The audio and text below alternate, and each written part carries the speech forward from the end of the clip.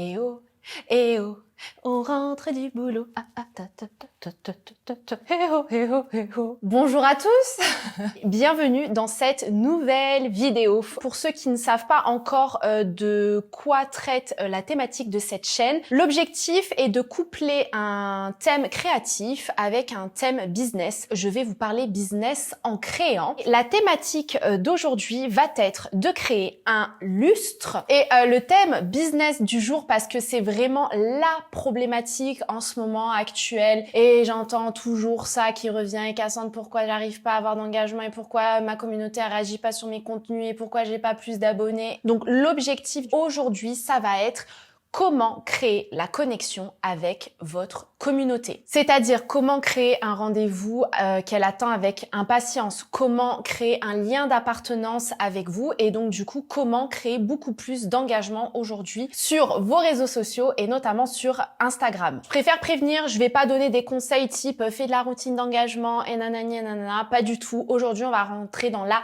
psychologie humaine et c'est ça qui va être trop chouette. Mais avant de rentrer dans le vif du sujet, je vous laisse avec ces quelques images pour vous mettre directement dans le bain. La magie du montage va opérer et on se retrouve pour finir le lustre ensemble.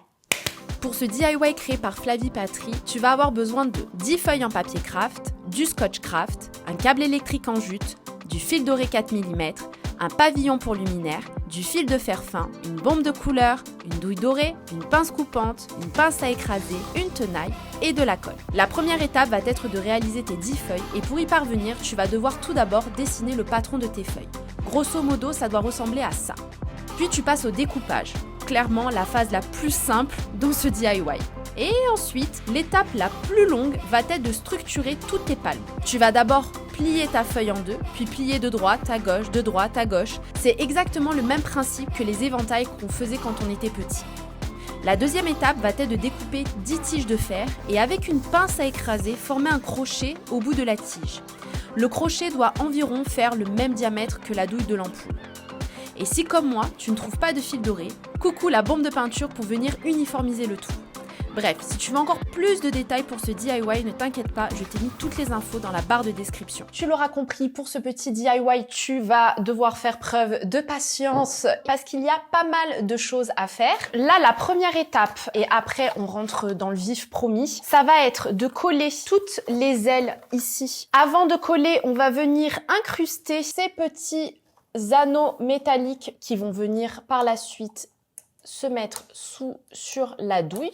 Hop, voilà. Et pour que le tout tienne, on va, hop, coacher ici avec du papier craft. Si j'ai voulu parler de ce thème business aujourd'hui, c'est que je trouve, je ne sais pas vous, dites-moi en commentaire, mais qu'il y a un vrai changement sur les réseaux sociaux aujourd'hui et notamment sur Instagram. Il y a une baisse d'engagement, il y a une baisse de croissance, il y a une baisse d'activité. Je voulais que vous et moi, on en parle aujourd'hui pour voir comment pallier à ça et comment s'adapter à ce changement. Ce changement d'activité et ce bouleversement sur Instagram est dû à 3 principaux facteurs. Le premier facteur, vous n'êtes pas obligé d'être d'accord avec moi, mais je trouve qu'aujourd'hui Instagram a du mal à faire sa place sur les réseaux sociaux. Chaque réseau social a une identité forte, a un trait de caractère bien spécifique. TikTok, on est vraiment sur du snack content, on est que sur de la vidéo. Pinterest, on est sur un gros moodboard géant en mode viens piocher toutes les inspirations dont tu as besoin. LinkedIn, on est vraiment sur un réseau de connexion très B2B. Snapchat, on est vraiment sur de l'immersion sur la vie de tous les jours. Et on a Instagram qui est un peu positionné au milieu de tout ça, qui a beaucoup de mal à trouver sa place, qui à la base était qu'un réseau social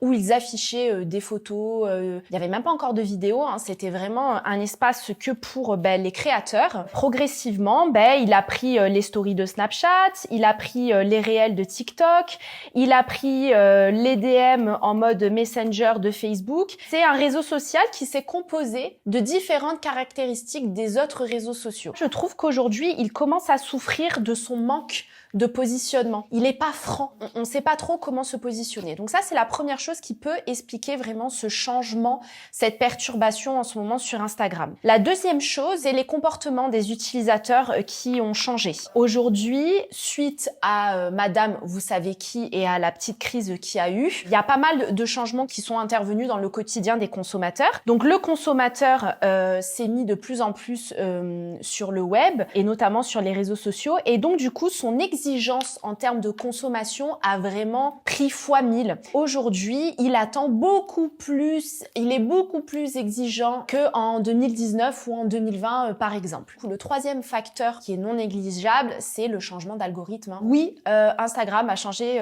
son algorithme. Il y en a qui le voient genre comme un drame, d'autres qui s'adaptent. Moi, j'ai envie de vous dire, adaptez-vous. De toute façon, l'entrepreneur à la base doit s'adapter. Aujourd'hui, si vous n'êtes pas au courant, Instagram privilégie vraiment les contenus créatifs, les contenus qui sortent du lot. Alors attention, ça ne veut pas dire de faire des montages vidéo de fou, de proposer des carousels avec des éléments graphiques incroyables, mais il demande quand même une intention beaucoup plus personnalisée, beaucoup plus créative, qui va vraiment créer du lien avec la communauté. Et de toute façon, il faut savoir une chose, Instagram, lui, son but, c'est de vous faire rester le plus longtemps sur la plateforme. Son but, c'est de montrer le bon contenu aux bonnes personnes. Plus vous allez être pertinent dans votre contenu, plus ce contenu va être mis en face des bonnes personnes, et plus la personne va rester longtemps sur l'application, plus Instagram sera content et plus elle vous récompensera. Donc voici les trois principaux facteurs qui chamboulent un petit peu tout ce qui se passe sur Instagram. Avant de continuer, donc vous voyez, j'ai collé toutes les petites ailettes, celles du milieu, je les laissais ouvertes pour venir insérer ma petite tige. Hop. Ouais, à peu près comme ça, on va dire. Attendez, concentration time. Donc bien entendu, quand vous mettez votre tige, laissez pas la tige vers le haut, elle va se positionner comme ça sur l'abat-jour. Est-ce que vous connaissez la différence entre un abonné et une communauté? Alors l'abonné, moi je qualifierais ça d'un fan passif, dans le sens où il a aimé votre contenu, il vous a découvert au travers d'un partage ou dans l'Explorer, et hop, il s'est abonné à vous. Tandis que la communauté, elle, c'est vraiment une actrice au quotidien qui va vraiment lier un sentiment d'appartenance à vous et à votre business, qui va commenter, qui va partager. Donc l'idée d'aujourd'hui, c'est de savoir comment activer ses abonnés en une communauté qualifiée, et donc du coup de créer de la connexion avec cette communauté. La réponse est, roulement de tambour, le marketing émotionnel. Je n'ai rien inventé, le marketing émotionnel existe depuis des années dans le business et dans le marketing, d'où le nom du marketing émotionnel. Bien joué, Cassandre. Et donc le marketing émotionnel a vraiment pour but de jouer sur les émotions et donc du coup de déclencher des décisions suite aux émotions que l'abonné va ressentir suite à votre contenu. Elle dit qu'il faut plus que la tige bouge. Un petit peu dubitative à ce niveau-là. Est-ce que vous savez que d'après des études, 80% des clients décident d'acheter de manière inconsciente. Faut savoir que nous, en période de survie, la première chose qui se déclenchait dans notre cerveau, c'était les parties instinctives. Aujourd'hui, quand on fait un achat, c'est ces parties instinctives qui se déclenchent. C'est pour ça qu'on dit très généralement, quand vous faites un lancement aujourd'hui sur les réseaux et sur Instagram, vous faites 40% des ventes les 2 derniers jours après la fermeture de l'offre. Parce qu'en fait, directement, il y a les émotions qui s'enclenchent et donc du coup, il y a ce sentiment de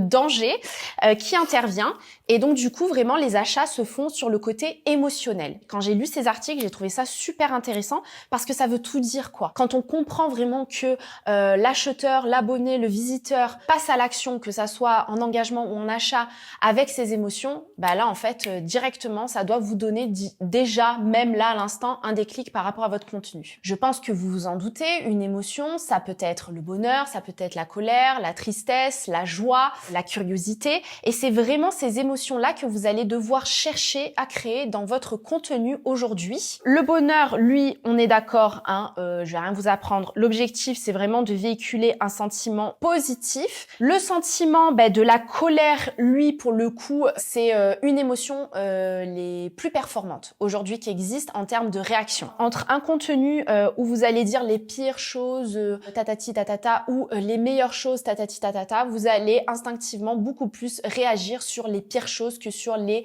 meilleures choses. Alors attention, hein, contenu colère ne veut pas dire un contenu à l'arrache. Tous vos contenus doivent être détaillés, argumentés et structurés. Faut pas oublier toutes les bases de la stratégie éditoriale, bien entendu. La troisième émotion, c'est la peur et l'angoisse. Elles aussi ont un fort taux de viralité, vraiment. Ensuite, en quatrième émotion, on a la tristesse, pour vraiment générer de l'empathie. En cinquième émotion, on a la surprise, qui a pour but d'émerveiller, de fidéliser, que là, on est vraiment sur des contenus originaux. Et là, pour le coup, quand on parle vraiment de surprise, c'est pas juste de dire « Hey, surprise, j'ai mes offres qui sont sorties ». C'est vraiment de dire « Hey, surprise, regarde le contenu de fou, la vidéo qu'on vient de tourner ». Là, on est vraiment sur du travail très créatif. Et en sixième émotion, on a la curiosité. Toujours ce côté un peu teasing. On va essayer à dire à l'abonné « Hey, si tu veux en savoir plus, fais ça, ou participe à ça et je te donnerai un petit peu plus d'informations ». Donc là, vous devez vous dire « Mais Cassandre, c'est bien joli, oui, les émotions, la colère, la tristesse, la joie, la curiosité, blablabla. Mais comment l'implémenter dans mon business et comment l'implémenter dans mon contenu ?» Pas de panique, j'ai la solution. La première étape, ça va être de bien connaître sa cible. Je suis désolée si vous en avez marre d'entendre ça, mais tout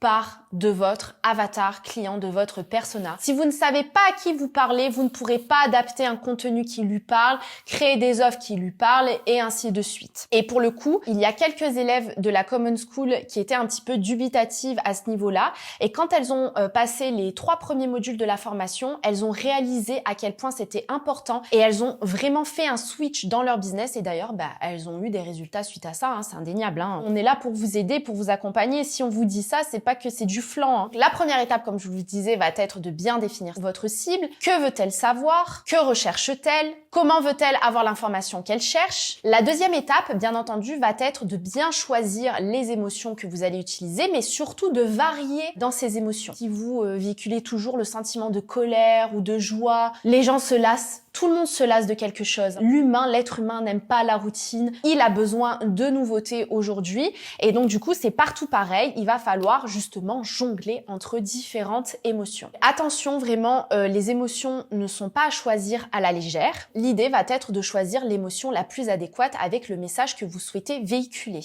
Et la troisième étape, miser sur l'authenticité. Ah mais Cassandre, on en peut plus. Tout le monde nous dit qu'il faut miser sur l'authenticité et la transparence. Ben ouais, désolé. Je vais pas vous inventer quelque chose. Misez sur l'authenticité. Il est temps de montrer qui vous êtes. Là, on aurait dit vraiment un slogan d'un film. Non, vraiment, il est temps de montrer qui vous êtes, de vous mettre un petit peu à nu et d'être vous, tout simplement. Votre altérité va permettre en fait aux personnes de s'identifier dans vos différences et donc du coup de créer un lien d'appartenance et un lien de connexion avec vous. Plus vous allez être authentique, plus vous allez rester fidèle à vous-même, plus vous allez raconter des histoires vécues et plus il y aura une relation de confiance qui va s'établir avec votre communauté. Par rapport à ces 3 étapes, j'ai quand même 2 spoil alertes à vous dire. Le premier, l'émotion, bien entendu, doit être bien choisie. Si vous suscitez la curiosité et que derrière vous affichez du flan, votre cible va être déçue et va se dire mais c'est quoi ce teasing de il se fout de moi, il est en train de me mentir et donc du coup, ça risque de faire l'effet opposé avec ce que vous souhaitez faire de base. Et bien entendu, le deuxième spoiler alert, il n'y a pas que les émotions dans le contenu. Ça ne veut pas dire que vous devez oublier la qualité, la structure, le contenu vraiment principal du message que vous allez véhiculer. C'est pas parce que quelque chose est drôle que ça doit être complètement à côté de la plaque de ce que vous véhiculez dans votre business. La rationalité est aussi importante que l'émotion. L'idée va être de trouver le juste équilibre entre la rationalité et l'émotion. Cette vidéo part en cacahuète. Là, on parle vraiment de marketing émotionnel. Donc, vous avez compris que l'idée va être d'inclure de plus en plus d'émotions dans votre contenu. Je sais que ça peut être perturbant parce qu'il y a 3 ans de ça, on vous disait faites des contenus experts, plus vous allez délivrer votre savoir-faire et plus vous allez vendre.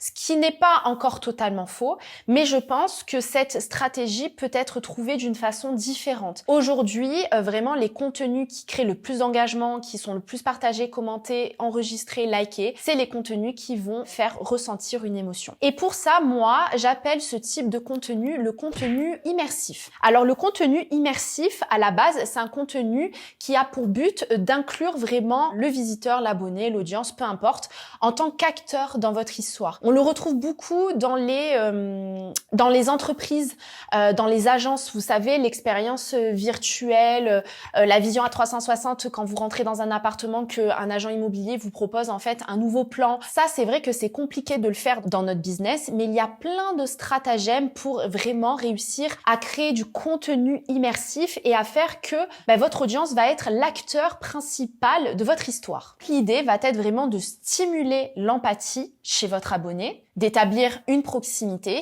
de ressentir les émotions, encore une fois, d'évoquer la curiosité. Donc vous voyez, on est vraiment sur une des émotions que vous pouvez choisir pour vraiment enclencher l'engagement auprès de votre communauté, de donner cours libre à ces émotions.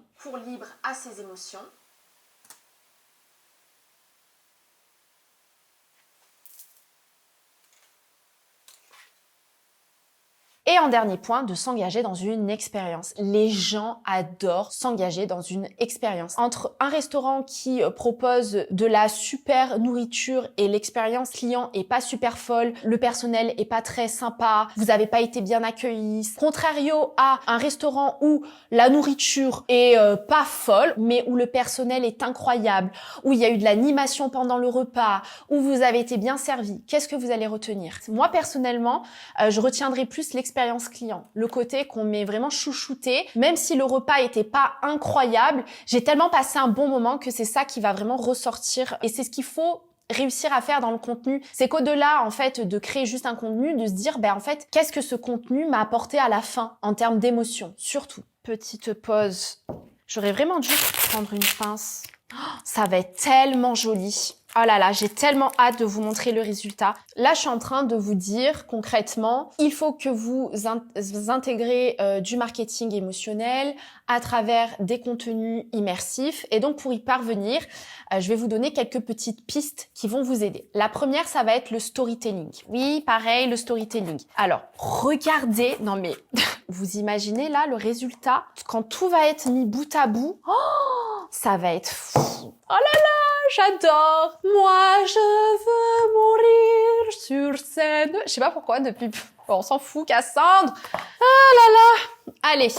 Donc, le premier, ça va être le storytelling. L'idée, ça va être d'utiliser les 5 sens. Faut savoir que, derrière un téléphone, la personne est privée de l'odorat, du toucher et du goût. Donc, il va falloir absolument la sensibiliser à travers l'ouïe et la vue. Le storytelling aide vraiment dans ce processus-là. L'idée va être d'embarquer votre audience dans une histoire, dans quelque chose que vous avez vécu vous ou qu'un client a déjà vécu. Et plus vous allez inclure votre abonné dans ce storytelling, plus il va avoir envie de partager votre histoire parce qu'il va se retrouver à travers vos mots, à travers votre vidéo, vos visuels. Tout peut être fait. Faites preuve vraiment de curiosité, faites preuve de créativité. Je trouve qu'aujourd'hui, on attend trop d'avoir quelque chose tout mâché, tout fait. Oui, nous, on est là pour vous transmettre un maximum de tips, de conseils, de plans d'action qui vous permettent d'implémenter les choses rapidement dans votre business,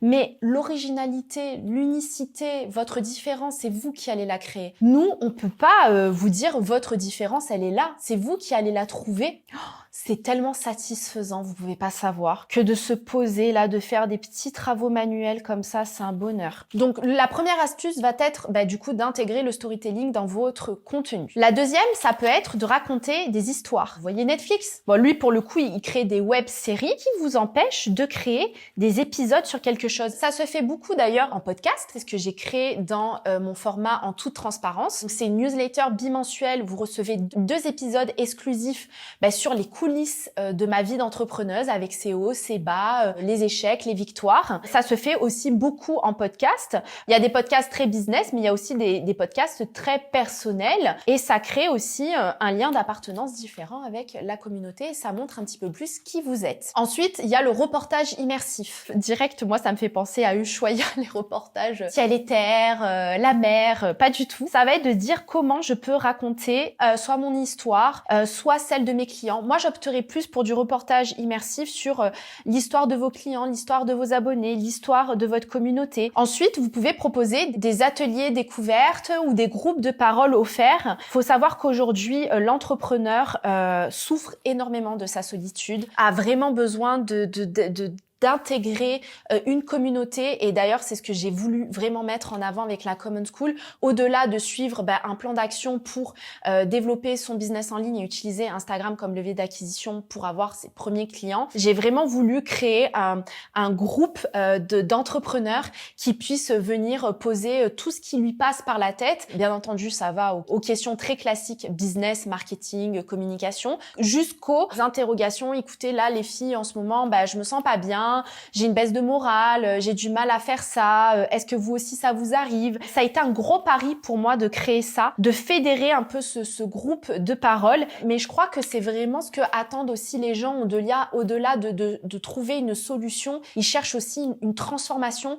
et pas que sur le plan marketing et business, mais aussi sur le plan personnel, et j'irai même plus loin, développement personnel, parce qu'aujourd'hui, pour être un entrepreneur accompli, faut être aussi bien dans ses bottes pro, mais aussi bien dans ses bottes perso. Si votre santé mentale fait vraiment les montagnes russes, ça va être compliqué pour vous de trouver une stabilité au niveau professionnel, d'impliquer vos abonnés dans vos projets. Je n'ai jamais eu autant d'engagement quand je demandais l'avis de mes abonnés sur une identité visuelle, sur une idée de vidéo. Plus vous impliquez vos abonnés à répondre, et plus ils adhèrent à vos projets. Alors je sais que pour les entrepreneurs débutants, vous pouvez vous dire « Ah oui, mais moi j'ai personne qui répond à mes contenus, j'ai personne qui répond à mes sondages. » Mais moi aussi, tout le monde a eu personne au début qui a répondu. Mais ne baissez pas les bras, continuez, faites comme s'il y avait du monde, et un jour ce monde arrivera, bien entendu en le couplant avec du contenu immersif, du marketing émotionnel et ainsi de suite. Avant-dernier point, les plateformes longues, on n'en parle pas assez. Aujourd'hui on est là, focus sur Instagram, focus sur Instagram. Oui, c'est important aujourd'hui d'être focus sur son réseau. Moi je suis plutôt fervente de mettre son énergie sur un réseau social plutôt que de se disperser sur plusieurs réseaux sociaux, mais ça ne vous empêche pas de vous positionner sur des plateformes un petit peu plus longues, du type podcast, du type YouTube. D'ailleurs, quand je dis ça à mes élèves de la Common School ou à mes one-on-one, ils me disent « Ah mais Cassandre, j'ai pas le temps, tu rends compte le projet ?» On peut commencer petit à petit. Regardez-moi sur YouTube, je me dis mon challenge sur 2023, c'est de sortir une vidéo par mois. J'estime qu'on peut créer une vidéo par mois sans que ça nous prenne tout notre temps, toute notre énergie. Ça ne veut pas dire que je n'augmenterai pas la cadence ou que je ne resterai pas sur cette cadence, mais j'ai fait ce challenge de me positionner là-dessus. Sur la newsletter bimensuelle, à la base, on était sur une fois par semaine. C'était beaucoup trop pour la communauté. Je leur ai demandé leur avis. Et donc, du coup, on est passé sur un format un peu plus court. Essayez d'adapter et de trouver aussi un moyen de vous amuser. J'entends trop dire, voilà, je me sens bridée dans mon business, j'ai envie de parler d'autre chose. Mais qui vous empêche de le faire? Pourquoi toujours penser que tout doit être lié au business? Justement, chaque réseau social a une utilité, une stratégie, une identité propre. Donc, qui vous empêche de dire, en fait, sur ce réseau social-là, je vais parler de ça, sur ce réseau social-là, je vais parler de ça. Moi, sur YouTube, j'ai voulu coupler le business à la créa parce que ça me plaît, mais j'aurais pu très bien me dire, en fait, je fais que des DIY. Qu'est-ce que ça aurait changé? Ça aurait été aussi un moyen pour moi de m'amuser d'une façon différente. Et le dernier point important, la gamification. La gamification, c'est un processus stratégique consistant à faire vivre un jeu à votre audience. C'est-à-dire qu'il n'a pas l'impression qu'il est en train de faire quelque chose parce qu'il est en train de vivre une expérience ou il est en train de participer à un jeu. Moi, je pense à mon quiz. J'ai des élèves de la Common School et du one-on-one qui sont en train de créer leur propre quiz. J'ai toujours des bons retours sur ça.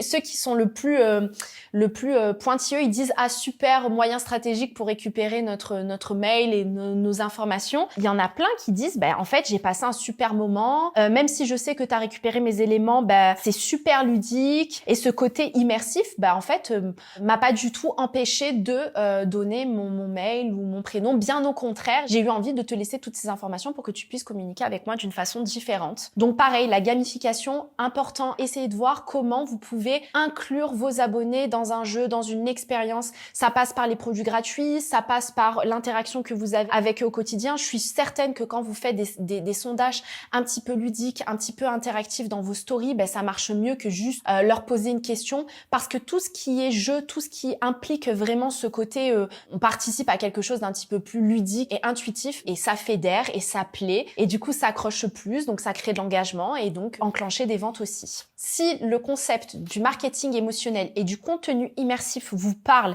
et vous croyez vraiment à ce nouveau processus, honnêtement, je vous invite à y croire fort fort fort, parce que c'est vraiment la tendance de 2023 et des prochaines années, je pense. La première étape que je vous invite à réfléchir, c'est quels sont vos objectifs vis-à-vis de ce contenu. Le premier step à faire, c'est de clarifier vos objectifs et vos besoins. Allez vraiment droit au but et ne tournez pas autour du pot. Quand je parle d'objectifs, c'est ok, ce contenu-là, il a pour objectif d'enclencher une émotion, mais mon objectif derrière, c'est quoi? Et mon objectif global, c'est quoi? Par exemple, si vous décidez de vous positionner sur des plateformes longues, chaque plateforme longue doit avoir un objectif. C'est pas juste dire je fais un podcast pour faire un podcast, je fais une chaîne YouTube pour faire une chaîne YouTube. Ça, c'est la première étape. Quels sont vos objectifs liés à ce marketing émotionnel, liés à ce contenu immersif? La deuxième étape va être de savoir quel va être le temps que vous souhaitez consacrer à ce nouveau contenu. Votre stratégie éditoriale peut être vraiment toute créée en contenu immersif. Ça peut être une bonne stratégie, mais pareil, trop souvent, je vois ah ouais, je vais faire ça, je vais faire ça, je vais faire ça, je vais faire ça. Et quand je pose la question à mon coaché, je dis mais en fait, combien de temps tu as consacré à ce projet? Ah ben moi en fait, j'ai qu'une journée à consacrer à ce projet.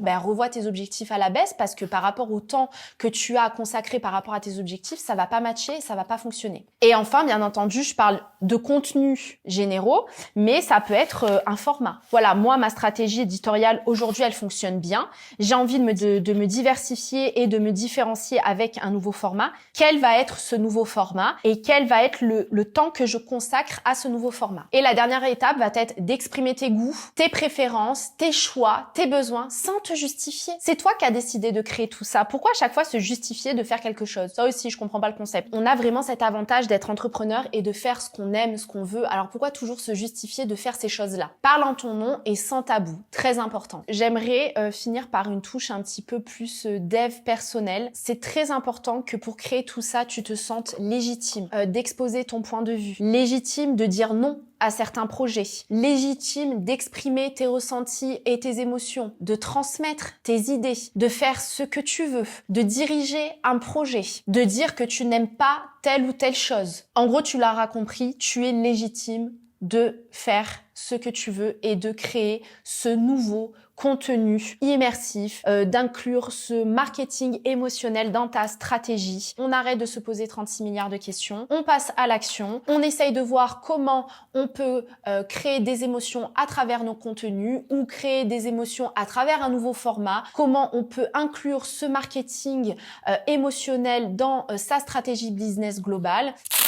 Pour la partie business, je vous laisse ici. J'espère que cette vidéo vous a plu. Comme pour la première vidéo, si ce projet vous plaît, si le sujet vous a plu également, n'hésitez pas à vous abonner à ma chaîne, à mettre un petit pouce bleu, à commenter. Je lis vos commentaires, j'y réponds. Je suis tellement pas crédible en parlant avec ça dans la main. Merci d'avoir visionné cette vidéo, d'avoir suivi ce petit rendez-vous mensuel.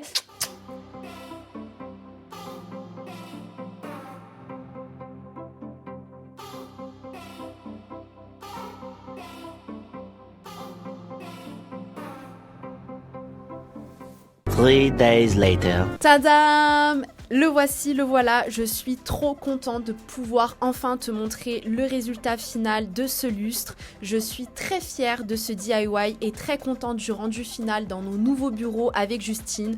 Comme tu peux le voir, il manque encore le raccord, il n'y a pas l'ampoule, bref, mais le rendu allé à 95% est là. N'hésite pas à me dire en commentaire si ce lustre te plaît, si cette vidéo business DIY t'a plu. Je te donne rendez-vous au mois prochain pour de nouvelles aventures.